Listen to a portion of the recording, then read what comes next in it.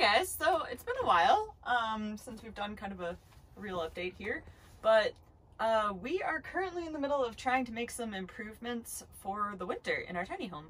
So we did a decent job insulating when we made the house. We as we described in the videos, took a lot of care to kind of get as much insulation in here as possible.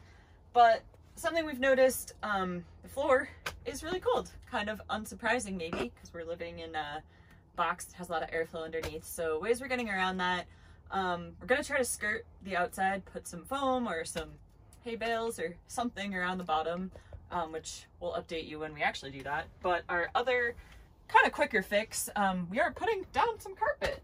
So we absolutely love our hardwood floor from Underfoot Floors in Salt Lake City, and it's super beautiful.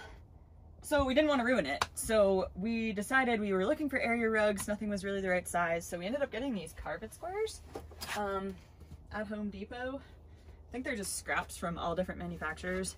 They come with the sticky tape, but apparently this would not be great for our hardwood floor. So instead went to Office Depot, got some Scotch clear mounting squares that are removable. Just putting those on all four corners and doing a little patchwork of carpet here. And we can already tell it's a lot warmer just walking around. Cats love it. They're getting in the way. But they love the carpet. I think it'll really help just kind of keep it a little toastier, help keep us more comfortable and not damage anything. And then in the spring we can just peel it up and be back to our hardwood floor. So